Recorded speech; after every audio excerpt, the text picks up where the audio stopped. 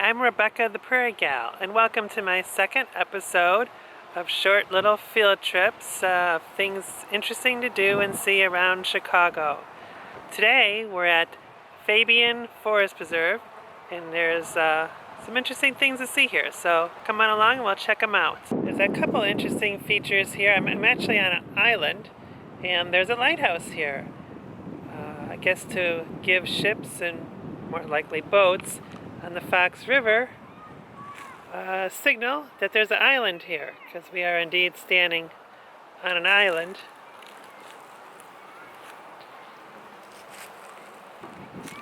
And across the river there is actually a windmill. We're gonna hike up there a little bit later. Interesting, there's no plaque or any type of history describing why this lighthouse was put here, except that it's here. And it's pretty cool, I think.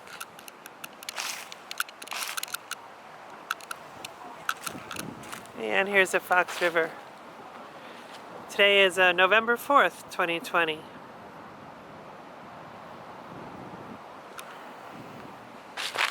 So we're gonna walk past this other monument here and then leave the island and go across the bridge. There's supposed to be Japanese gardens here, so we're gonna check that out. This monument has looks like an American eagle on it. I'm just sad that it doesn't have some sort of plaque that describes why it was built here. Maybe we'll discover that when we get up by one of those information boards. Maybe it'll say why there is a monument here.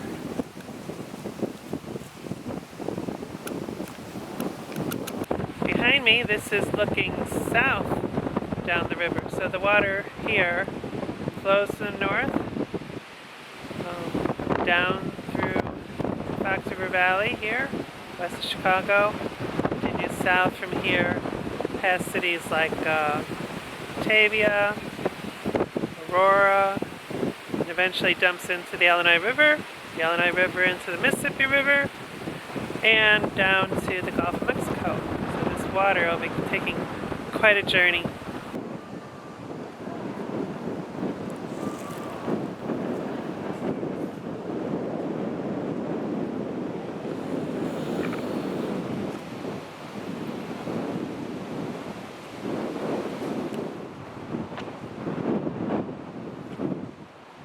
It's a very cool bridge they have here.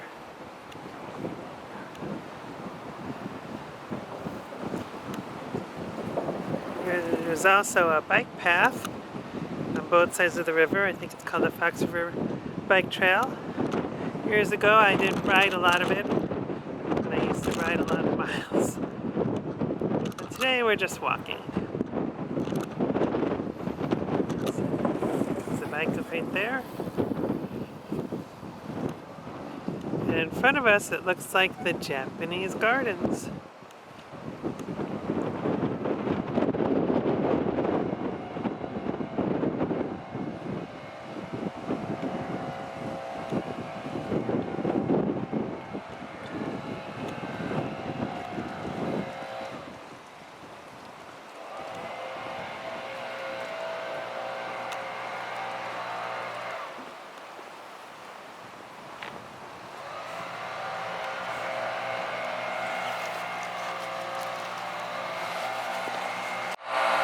They have an interesting tunnel here that I think we're going to adventure through.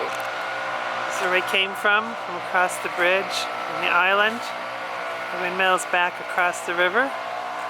We'll save that for last.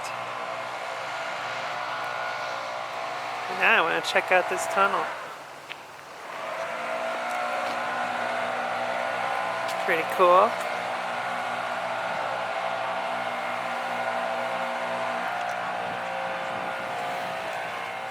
So we'll make our way down the tunnel.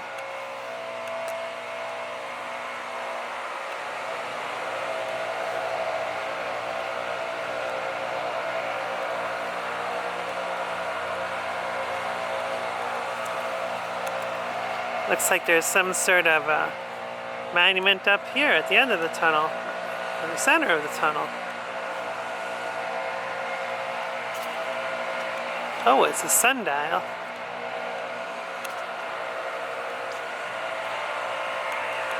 And a plaque.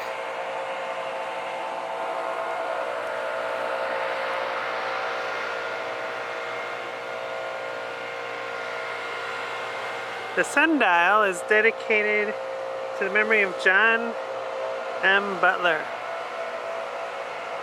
who grew up in Fabyan, on the Fabyan estate. This was erected in 2002.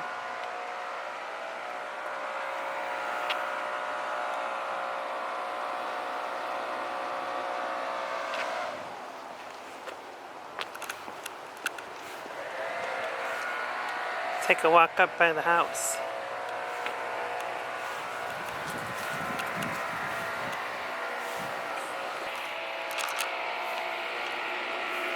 Pretty cool arbor tunnel.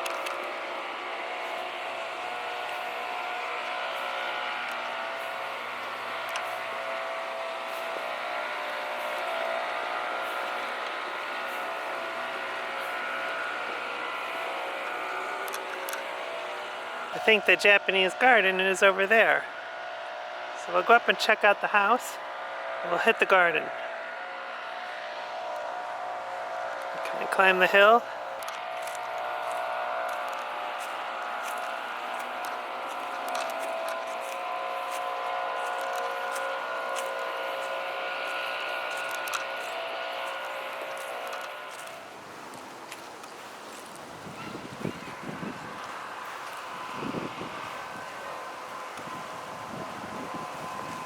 I think, if I remember correctly, last time I was here, there was sort of a zoo here, and this was for a bear cage.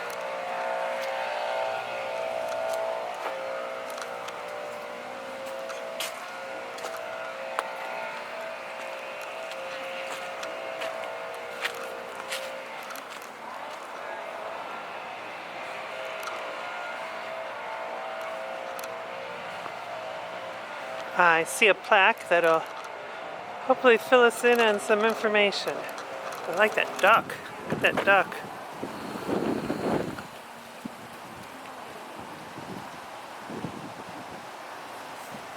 That duck's pretty cool. Hey, duck.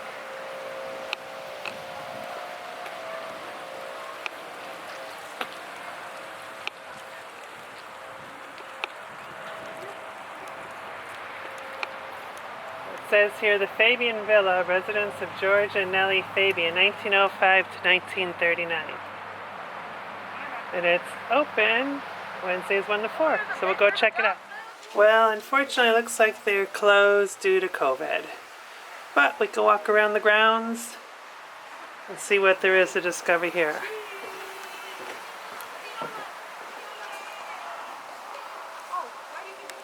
Looks like at one time this was probably a fountain. Maybe you could swim in it a little bit. I'm not sure. Next to the bear cage, they have like a little throne. Sort of looks Egyptian. Like an old Egyptian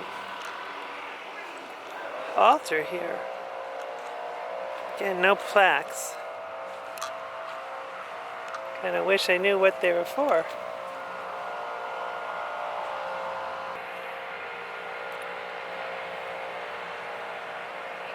Pretty cool view.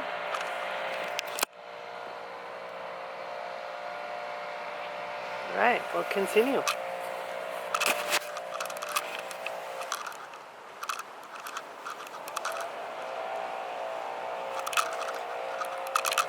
I guess this would be the back of the house, but I think it's really probably the more enjoyable side of the house. It's the side that faces the river. Guess I'll have to come back when COVID's over and get an inside tour. We'll go check out the Japanese garden now.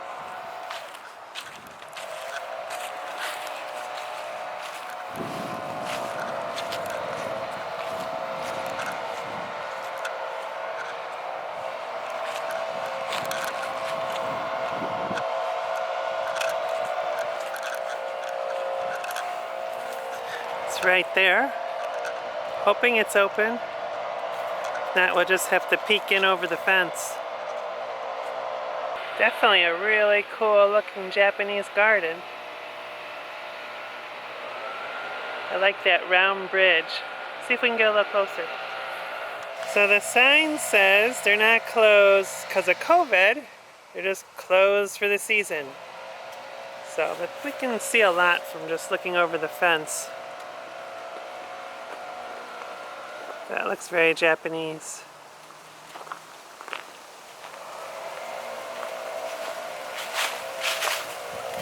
This looks like Mount Fuji would be my guess.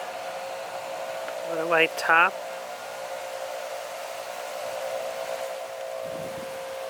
In the spring, I think we're going to have to come back. Definitely want to walk across that bridge.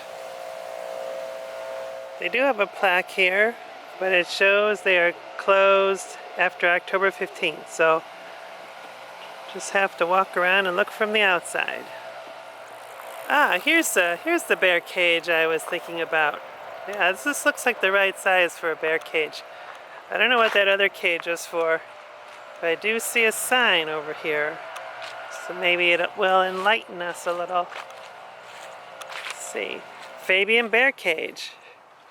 This shelter actually began as a large cage built to house the Fabyan bear. You can actually see a picture of the Fabyan bear.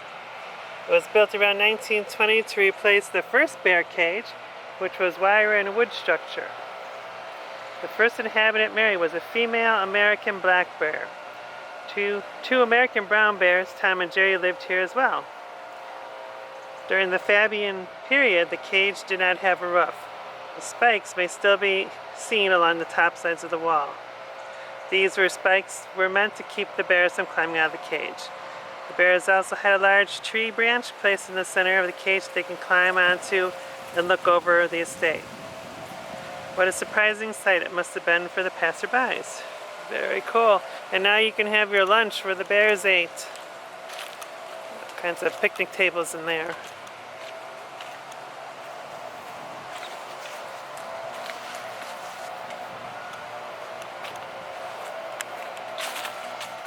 And here's a reverse view of the Japanese bridge. I don't know if that's what they call a pagoda lantern fixture on the right. If it wasn't for the leaf blowers, it would be very serene and a place to meditate. But not on this day.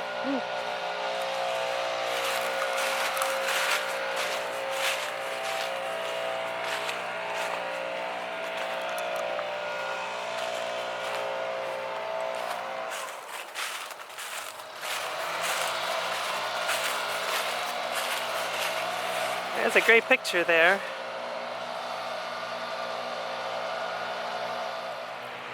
So I think we're going to start making our way back. We'll walk along the riverside of the Japanese garden. Some pretty colors still in the trees.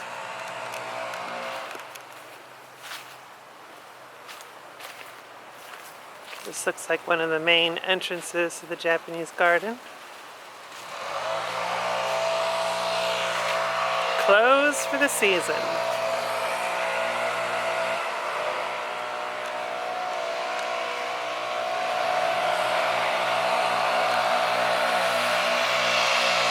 There's a pagoda building in there. I don't know if I'm using that word correctly, pagoda. The shape of the roof definitely looks Japanese.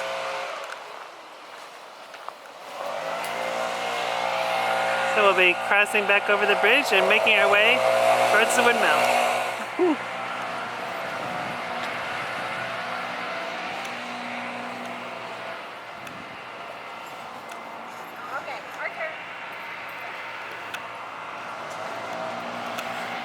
Okay, back towards the other side and up the hill to the windmill.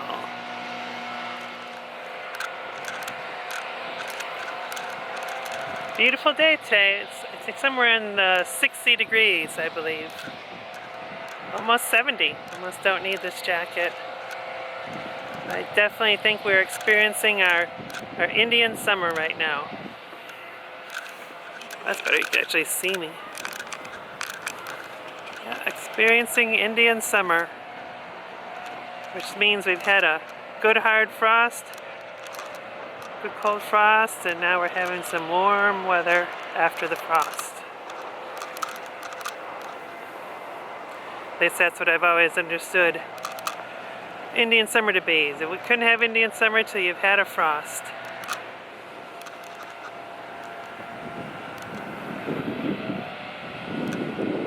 Turn the camera this way. I know it's hard to see the sun, but it's very pretty.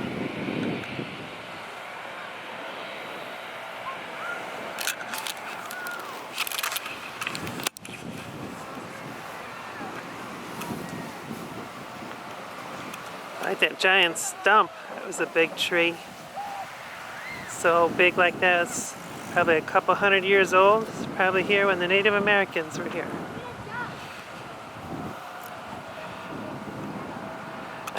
I'm thinking that the reason it's called the Fox River is because the Fox Indian tribe lived in this area. It's a nice spot of the lighthouse and the windmill. That's where we're going. Let's head up there. Great place to relax and have a picnic, read a book. It's just one of those beautiful fall days.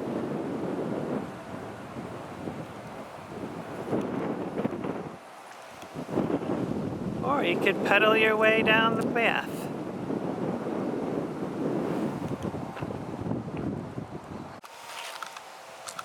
Well, we're getting closer. You can see the windmill through the trees.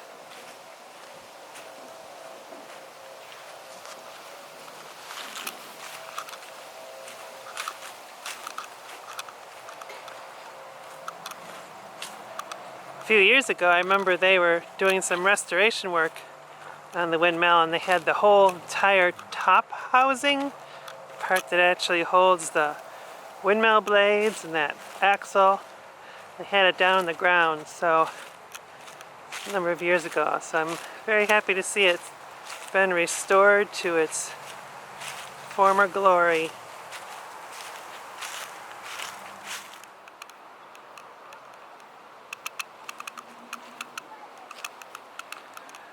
Certainly starting to look much larger as I get closer to it. Oh good, and I see some information under this shelter. Get a little bit of a history on the windmill.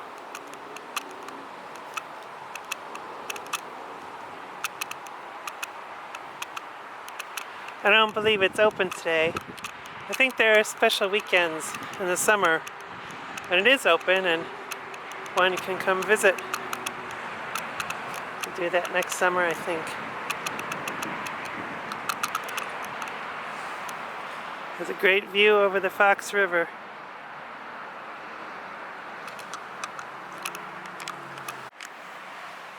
So here we go. Here's some of the history.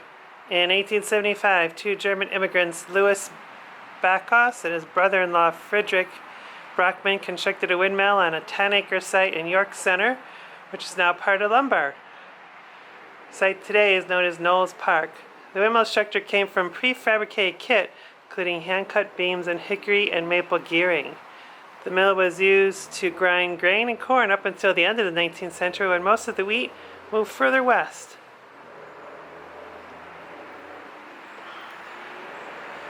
This is when they moved it.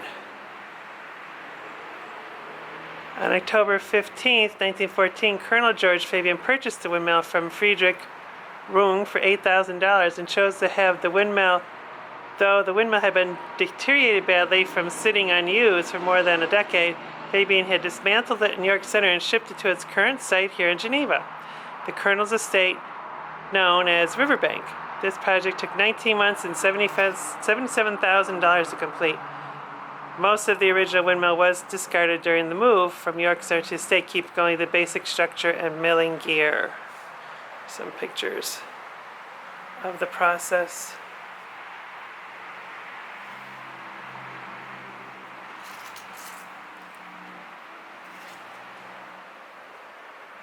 Through the years, the windmill has received several honors. It was listed on the National Register of Historic Places in 1979, and the U.S. Postal Service honored it in 1980 by selecting it to be one of 5 15-cent stamps in the Windmill USA booklet. Gosh, I didn't know that. And if we were able to go inside, this is what we would see. It's pretty cool.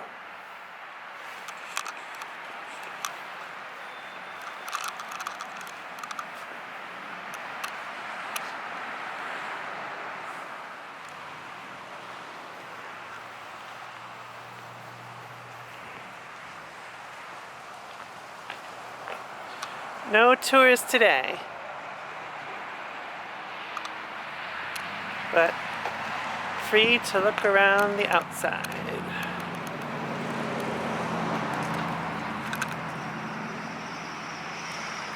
I'd like to get on that platform. Probably a good view up there.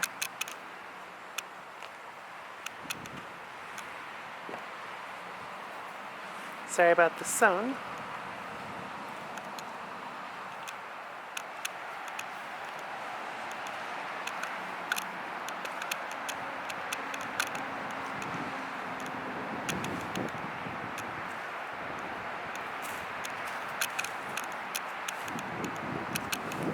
Pretty big. Hard to believe they moved it. At least the important parts.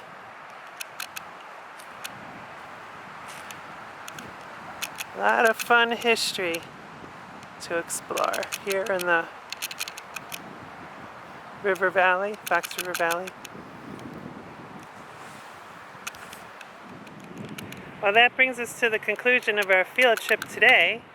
It was fun coming here. If you enjoyed this video and would like to see more videos like this, please hit the thumbs up button. That'll tell me that this is the kind of video you like and want to see more. If you want to be kept up to date on new videos I put out, please hit the subscribe button. So we'll see you next time with a new field trip adventure.